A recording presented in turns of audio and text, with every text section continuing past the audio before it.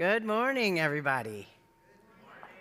Welcome to Plymouth United Church, whether you're here in the building or watching online. If you're watching online, we hope that you will subscribe and click the notification button so that you can always be aware that we have done something. And hopefully you will find it meaningful and like it.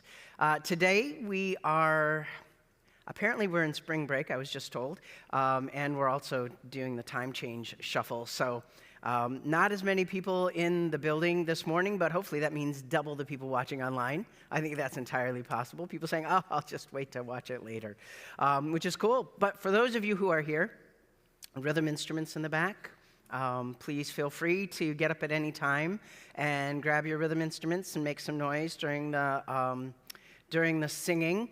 Or during the playing of the music. Next week, we get to sing because it's yellow. COVID status has changed in Harris County, so we get to actually sing words with each other. That's going to be a whole lot of fun. The spring equinox celebration is next Sunday, March 20th at 6:30. Come to the Sacred Fire, the Labyrinth Walk, and the drum circle. Marshall will be leading the drum circle, because I'm going to be on vacation helping my niece and nephew-in-law get married again, the post-COVID service. So I'm really excited about being in Michigan for that. Pray for me, 20 degrees in Michigan. Send me lots of prayers. So while I'm gone, Reverend Lynette Ross is going to be leading worship and preaching for us in the morning. So a hearty Plymouth welcome to her. To prepare for our later part of our service, our paper question ritual today is, what are your family griefs about the pandemic? If you need a piece of paper, they're out in the Narthex. And if you want to mail in your pieces of paper, I won't read them, just mail them on in. Or if you don't mind me transcribing them down, email them to me, and I'm happy to do that. This Easter, we're going to have an Easter egg hunt that's sensory-friendly and accessible. That, too, is exciting. So tell families all over the place that we're going to be doing that so that a lot of people can be participating in a festive and joyous occasion. And with all of that, let us bring ourselves fully to this time and to this place.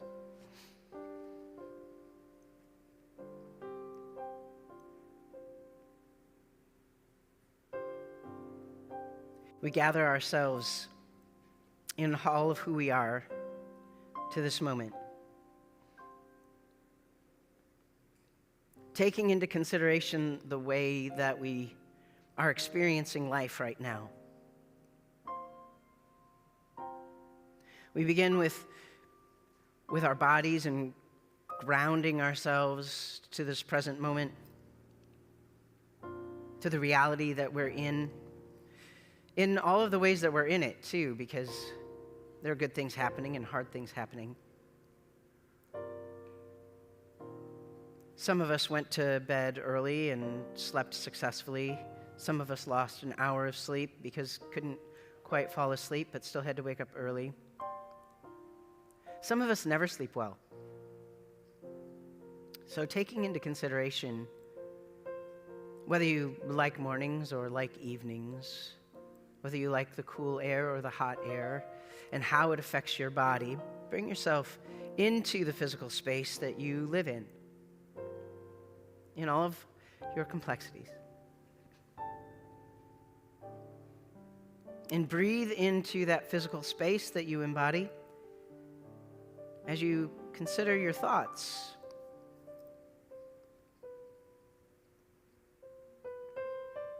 What you're enjoying thinking about,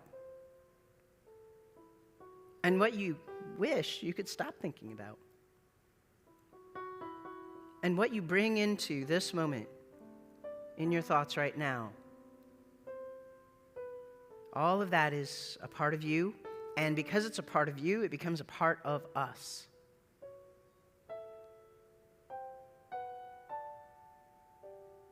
Let your thoughts weave in and out, go up and down. Don't try to train them too terribly much, but also make choices that you want to make.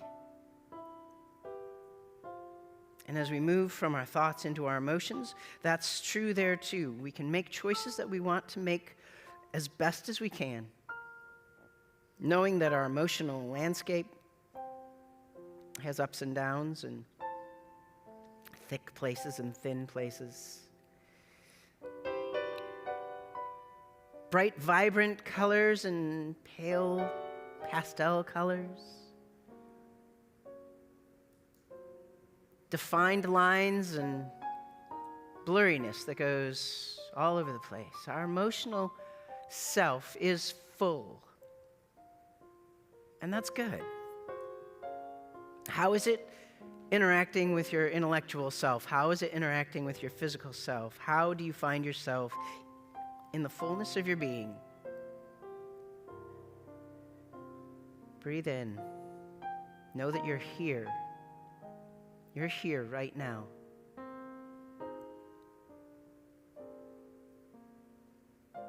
And your spirit is a part of that. Consider how your spirit is moving with the flow of your body and your thinking and your feelings.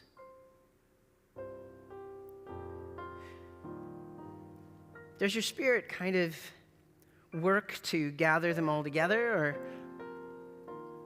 is it more one of the four and they all work in tandem, or are they generally pretty separate and you have to work to breathe them into a cohesiveness?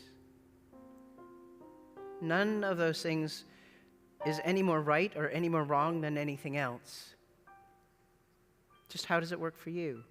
And knowing that helps you kind of get through your day and helps you be more fully present. In all of this, God is our loving companion and calls to our body, calls to our mind. God calls to our emotions and calls to our spirit, companioning with us as we companion with one another, as we bring ourselves fully to this time and to this place.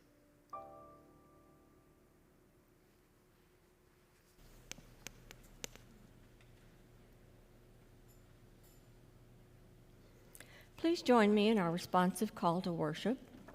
We rejoice in the divine as we make our way through this Lenten journey. In the wilderness of our hunger is filled by holy hope. In the desert, our thirst is quenched from the stream of God's presence.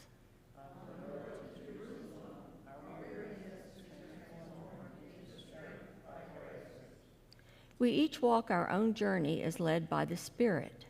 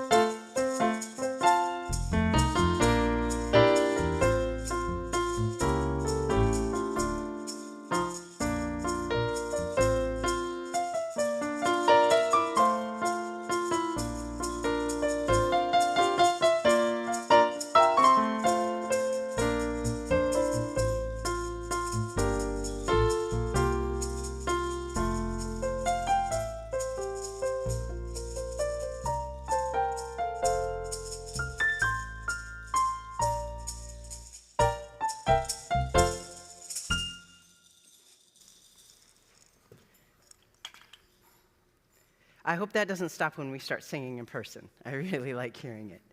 It's a lot of fun. Our biblical witness today is from Genesis 45, verses 25 through 46, 5. The story says this: the sons of Israel went up out of Egypt after meeting with Joseph and came to their father Jacob in the land of Canaan. They told him, Joseph is still alive. He is even ruler over all the land of Egypt. And Jacob was stunned. He couldn't believe them. But when they told him all the words of Joseph that he had said to them, and when Jacob saw the wagons that Joseph had sent to carry him, the spirit of their father Jacob revived. Jacob, who is also known as Israel, said, enough. My son Joseph is still alive. I must go and see him before I die. When Israel set out on his journey with all that he had and came to Beersheba, he offered sacrifices to the God of his father Isaac. God spoke to Israel in visions of the night and said, Jacob, Jacob. And Jacob said, here I am. And then he said, I am God, the God of your father. Do not be afraid to go down to Egypt, for I will make of you a great nation there. I myself will go down with you to Egypt, and I will also bring you up again, and Joseph's own hand shall close your eyes. Then Jacob set out from Beersheba, and the sons of Israel carried their father Jacob, their little ones, and their wives in the wagons that Pharaoh had sent to carry them.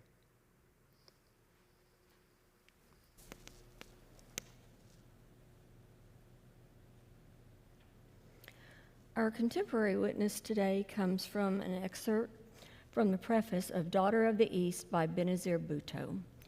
More than 1 million of my countrymen came out to greet me when I returned to Pakistan from 2 years of exile in April 1986, catapulting me into the glare of international publicity. Suddenly, I received several offers to write not my father's story, but my own. I hesitated. It was one matter to write about my father, who had become the democratically elected Prime Minister of Pakistan and who had lasting achievements to his name, and quite another to write about myself, whose most important political battles were still to be fought. It seemed presumptuous. I thought autobiographies were written in the autumn of one's life, looking back. A friend's chance remark changed my mind. What is not recorded is not remembered, she told me. I saw her point. Like many in Pakistan, I had experienced the dark years of martial law. Unlike many, I had the opportunity to put those experiences on record. It is important that the world remember the repression we in Pakistan had to bear following General Zia's coup d'etat. Writing the book has been difficult. It has meant reliving the pain of the past, but it has also been cathartic, forcing me for the first time to come to terms with memories I had been trying to escape. This is my story, events as I saw them, felt them, and reacted to them.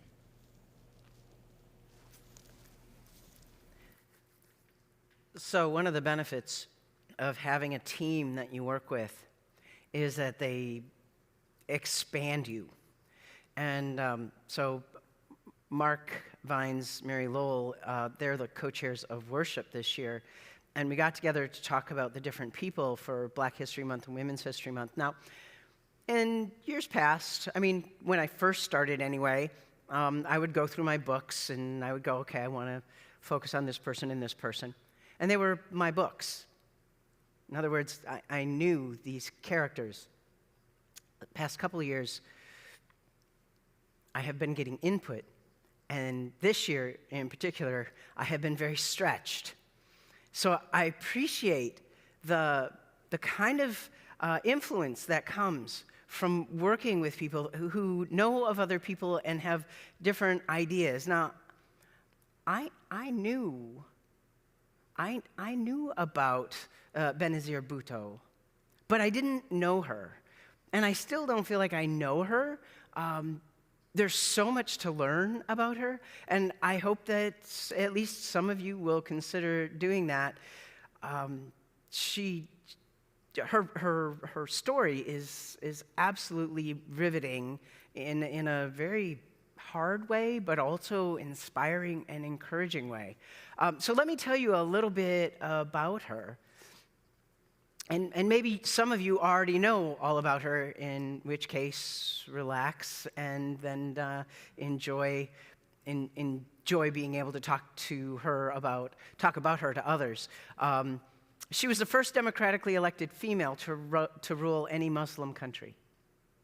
According to the website benazirBhutto.com, she was also one of the most influential leaders of South Asia. She was born in Karachi, Pakistan, and at the age of 16, she left her homeland to study at Harvard's Radcliffe College. I did not know that.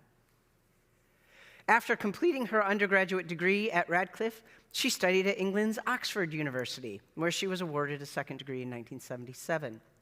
Only 2 years into her first term as prime minister, President Khan dismissed Bhutto from office. In 1993, she was reelected and brought electricity to the countryside and built schools all over the country. In 1996, President Laghari of Pakistan dismissed Bhutto from office. Twice now she's been dismissed. Her husband was imprisoned, and she and her children for 9 years had to live in exile in London. In the autumn of 2007, in the face of death threats from radical Islamics and the hostility of the government, she returned to her native country. Within hours of her arrival, her motorcade was attacked by a suicide bomber. She survived this first assassination attempt, although more than 100 bystanders died in the attack. Weeks later, after one of her campaign rallies, a gunman fired at her car before detonating a bomb, killing himself and more than 20 bystanders. Bhutto was rushed to the hospital, but soon succumbed to injuries suffered in the attack. That is almost verbatim from the website. I did take a few liberties to shorten some of the longer narrative with the details, but I wanted you to get a sense of what she was up against. When we do Women's History Month, it is a meaningful experience because a lot of times we don't relegate this kind of experience to women and the way that the political savviness that she has. And we're learning more and more about that in the United States. But this was many years ago when she was fighting against these preconceived notions that she shouldn't be involved. And also, she was pretty radically progressive. And they didn't like that. So not only was she a radically progressive politician, but she was a woman on top of that, and they would have none of it. In her book, Daughter of the East, among many other things, she talks about the pain of her father's execution as well as the deaths of her brother. In the preface, she mentions the catharsis that happened for her as she faced the memories she had been trying to escape. And a lot of this work that she did was based on her faith. It was based on what God called her to do, what she believed God was instilling into people through the Islamic faith. And as one of the Abrahamic faiths, we have a lot of overlap in our tenets. So I paired this with the story of Jacob, who is also known as Israel, finding out that his son Joseph was alive. For 20 years, Jacob thought that Joseph was dead because his other sons lied to him. You probably know the basics of the story. The brothers sold Joseph to Midianite traders, came back to his father with a blood-soaked robe and was like, oh, you got eaten by bears, or, something like that. And Jacob was mourning.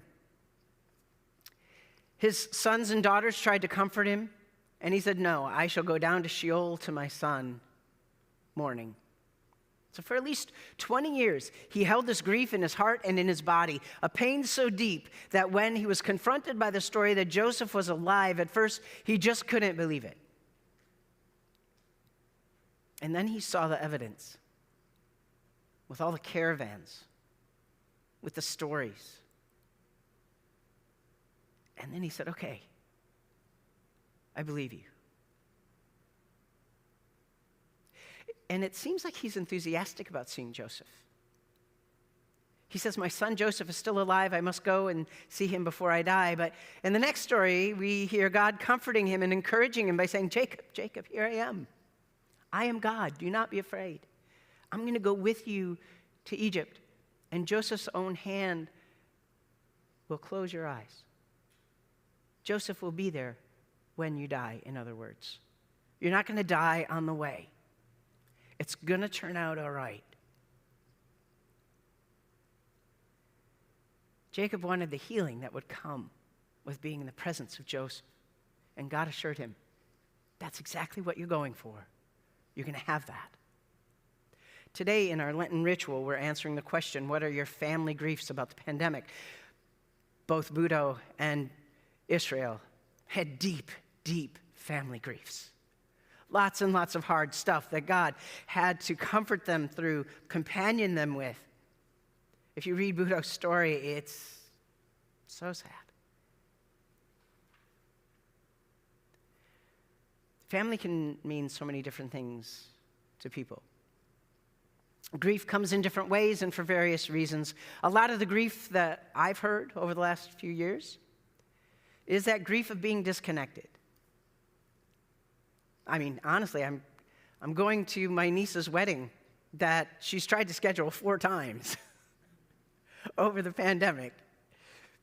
I mean, there has been a grief, a small grief, not the heavy kind. I mean, they ended up getting married in a private ceremony, and that was good.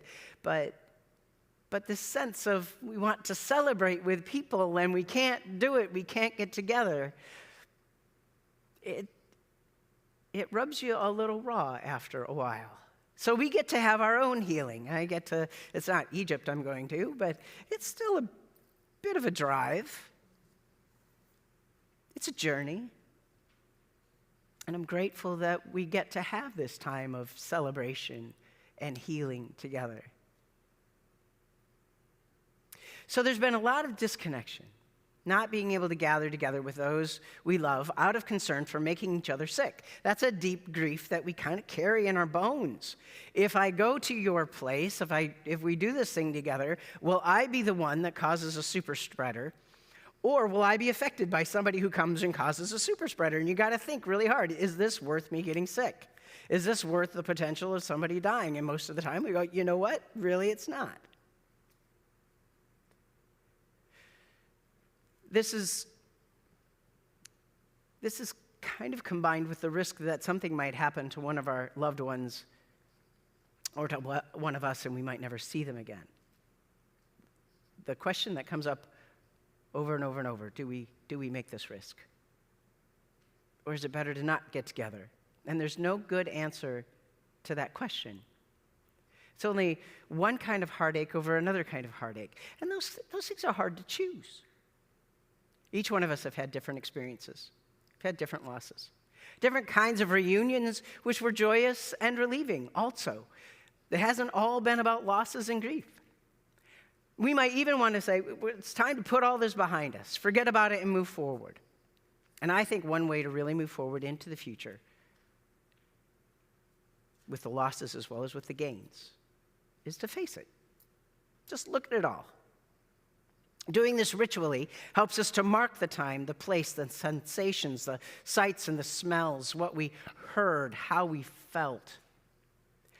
I kind of wish sometimes that we were one of those churches that had the incense going and I could go up and down the aisles and so we could experience that smell and the tactile nature of, all of those things help us to situate us in a time and in a place so that memory gets strong. Benazir Bhutto did this work through the ritual of writing her book, the ritual work of her grieving. Now, writing has an interesting ritual all its own, which is unique to each writer. I don't know what her process was, but it provided her a way to set her thoughts into words, sharing her story with us. We're writing our own stories in a way. On those little pieces of paper that you have, you're writing your story. Or maybe you're drawing your story, whatever works for you. And it might not seem very significant. It's just a few words. Those few words sometimes are harder to put down than a whole bunch of words. A whole bunch of words that you could edit later. Which words? Are they the right words? Don't worry about it. The intention of the words themselves are the point. When we meditate, We face whatever we've been avoiding because it's hard or uncomfortable, or maybe downright awful. When we face it, it's an opportunity for us to feel our own strength. In this moment, we embrace it all, loving ourselves, comforting ourselves and each other by the shared experience. I like to tell the story of my father's dream. And I might have told you this story before. Forgive me if I'm repeating myself. But my dad one time was trying to encourage me about my own strength. And he said, ever since I was a little kid, I would have this dream. And the big cats would chase me. There would be big cats in the dream. They'd be tigers and lions. They'd be any number, whatever it was a big cat, and it would chase me and chase me. It just always scared me. Into adulthood, he was a Navy frogman, and still he's running away from this big cat. He's absolutely afraid. And then at one point in his 30s, he turns around and he faces the cat. He stops running. And the cat just stayed. And he never had that dream again. He said, if you don't face it, it'll just keep chasing you, and you'll just keep running, and you won't know what kind of power you have to stop it.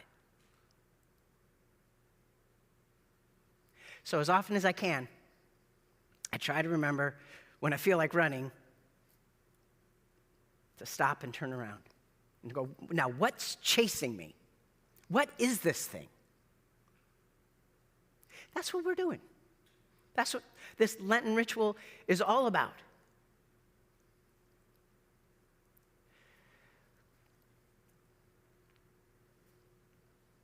In the doing of this ritual, we get to embrace ourselves. And we also get to comfort ourselves and each other by sharing the experience, not just doing it all by ourselves. So I think there's power in doing it as community as well. So, catharsis. Benazir Bhutto mentioned catharsis. Catharsis is the release and relief from strong or repressed emotions by bringing them to consciousness and affording them expression. These little pieces of paper are the vehicle of that expression. What you write and the act of shredding is the release. Hopefully, there will be relief that comes from this, especially at the end when we take these shreds, revive them, remake them, making them into new paper. What I love about rituals is that they are tangible memories that we can go back to. We can remind ourselves in hard times of the moment that we faced what we needed to, and then release it to the best of our ability. We can return to these sights and smells and sounds, the tug of the paper shredder, the feeling of all of us in the room. The understanding that this is a ritual that we can go back to because it's being recorded. And we can go, I really did that. I really did, and now I can let that go. In times of intense memory related to grief, we might forget that we are more than our grief. Benazir Bhutto reminds us that the stories we tell, whether we tell them publicly or on a private piece of paper, free us from being captive to the past. The story of Jacob reminds us that when we move forward, our faith moves with us. It might even be our faith itself that helps to move us. I hold on to the notion that our holy love accompanies us in all of our travels, from the ones we make geographically to the ones we make emotionally. Today we travel together. Our thoughts and our feelings join in the Spirit. Our bodies may quiver, wondering, like Jacob, if we can make the journey.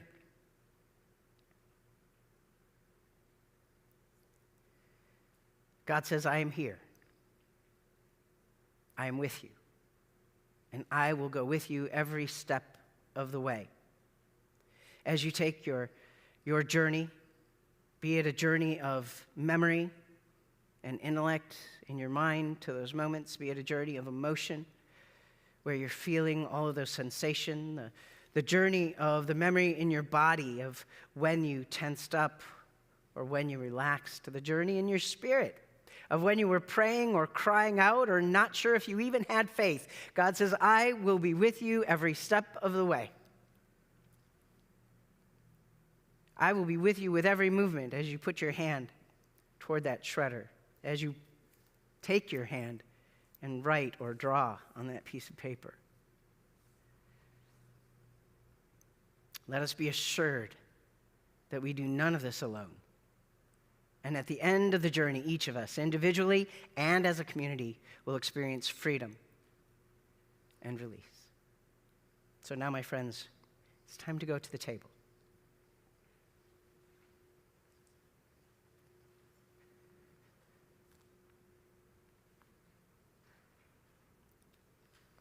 Here we have our paper shredder, and I've got a few things that I'm shredding. So as you come up to the front here, I will be shredding as well.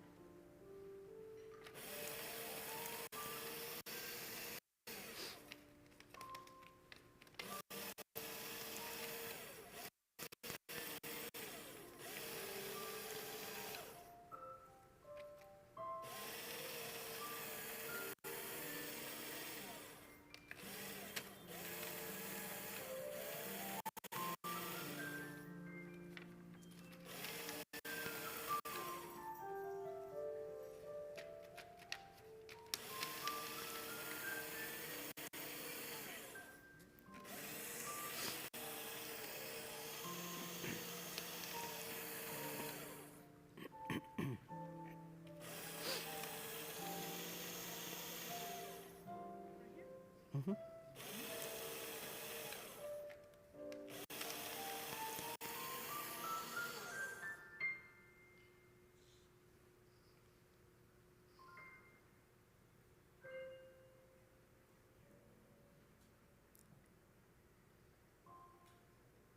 God, we bless these shreds and the hearts that go with them, knowing that there is a future where we will revive and remake them in your love.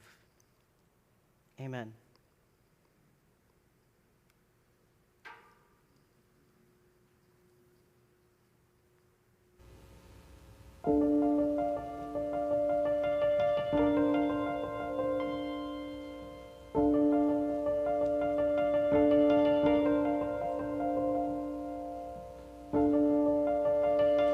As I appear on the sea, and as the wind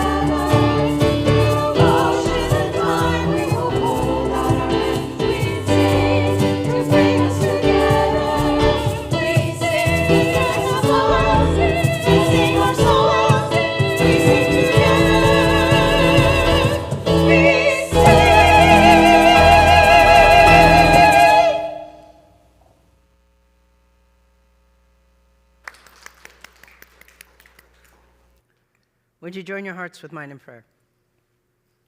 Holy love, may the music that is our prayer be caught up in the Spirit, where all good things are, where all beauty and holiness and sacrality live. Help us to weave together the music of our spirits as we examine the hard things, the things that we've missed, but also as we remember the beauty that surrounds us all the time, and as we create more beauty, as we gather together in community, growing stronger and stronger, each other making the other more resilient, more able, more grounded, and more centered.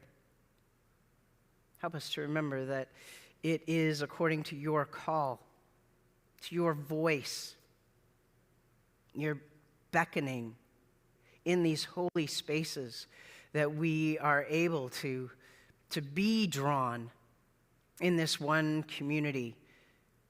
And by one community, I don't just mean Plymouth, although Plymouth is a wonderful center point, and we do ask your blessing on this particular community, but also the greater one community where we hope together, love together, share together, cry together, and laugh together.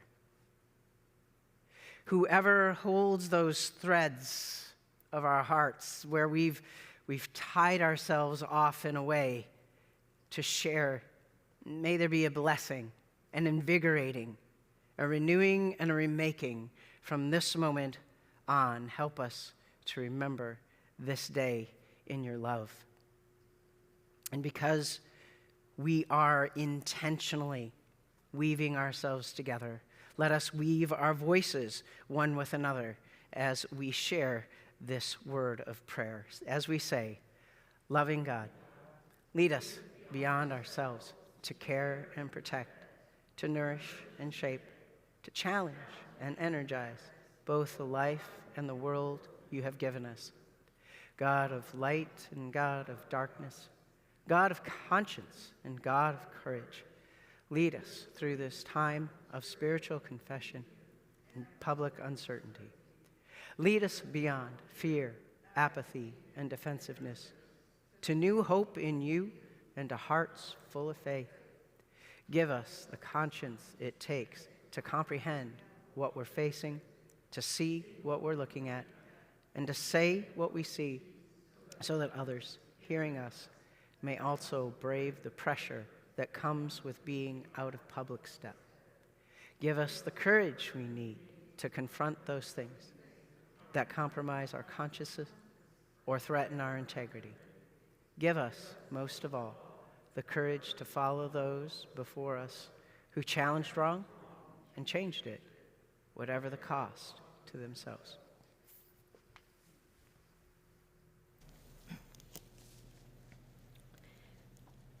Each week we collect 2 offerings. One is for the church, which goes into our general fund for the running of the church and our ministries. The second is the loose offering, which is sent to a designated charity, which changes each week. If you've brought your offering today in person, you are welcome to drop it in the offering box in the back. It is the glass church near the doors to the narthex.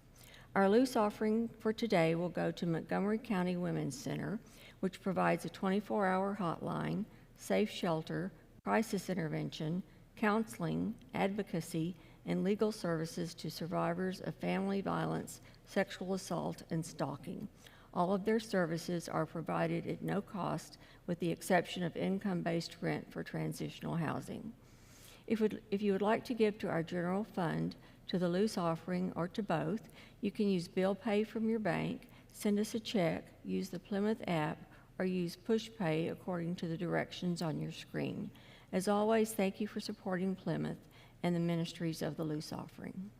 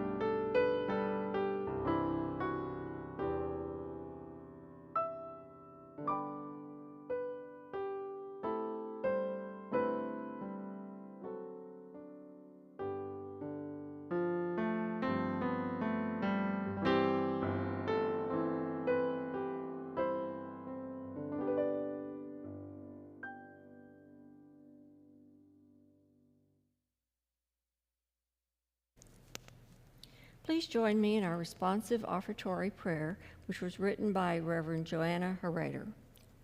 God of the journey, we give these offerings in gratitude. We give these offerings in faith. We give these offerings in hope.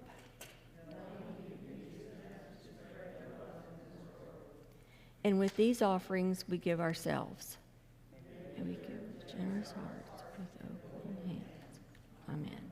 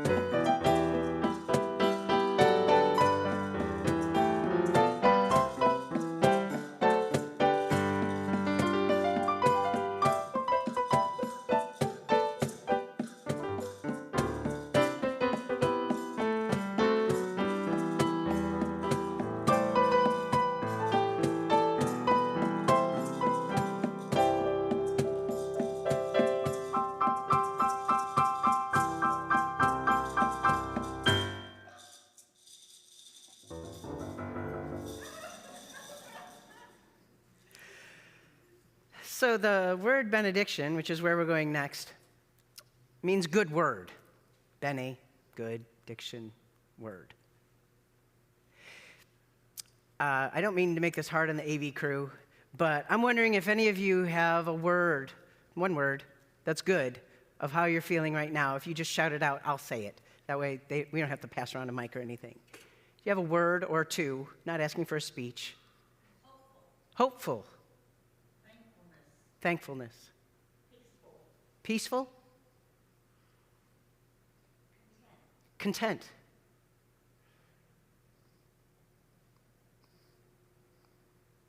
And any of you watching online, put your good word in the comment. It would be good to see a bevy of good words, if possible, streaming forth from the comments there. Any other good words? Generosity. Giving. What was that? Unity. Again? Joyfulness. Love.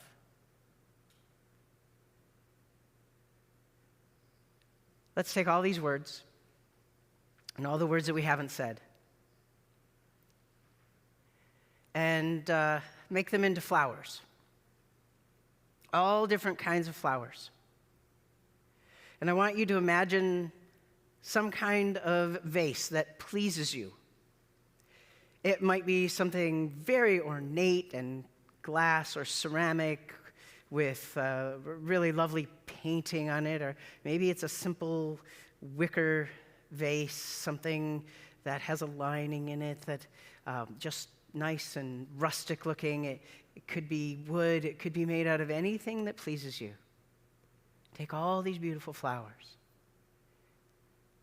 and arrange them in the vase. And I want that vase to be like our divine beloved. That as we put them into this vase, into the sacred and holy vessel, which is our holy love, something amazing happens. And they multiply. And they grow. And it becomes more and more full so that the vase itself expands. May this be what happens for you this week. As you go into your week, may all the words that have been spoken be seeds for these flowers.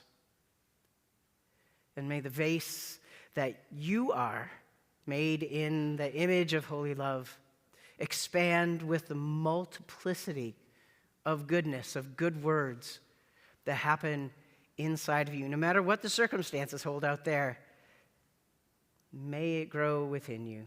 So as you go from this moment to whatever it is you have next, may that goodness be woven deep into your spirit and weave into the spirits of all of those that you meet along the way, those you love and those you do not know, as you go forth in peace and as peacemakers.